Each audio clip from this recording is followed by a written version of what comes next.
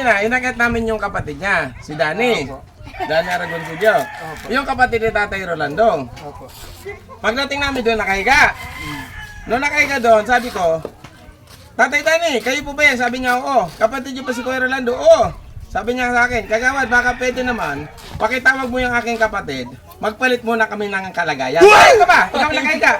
Ako payag, nagpapahinga. Diba? Mahirap po yun. Nakahiga. Uy, maganda nga naman. O diba? Mas gusto ko po yung ako yung Mas gusto mo yan? Opo nakakalakad lang. Nakakalakad-lakad? Ay, gusto mo lang pala maglakad. Halika dito, taglakad tayo. Jack lang. Ay, sigurado pag alis ko dito, sirada ulo. Ay, kinuusap mo, mabaliw eh. Ha? Papatawa lang. Hindi. Mayroon kami tatay kinausap. May tinulungan kami. Walang sakit na stroke. Nung umalis kami, yung pangananigas, laging nakahiga.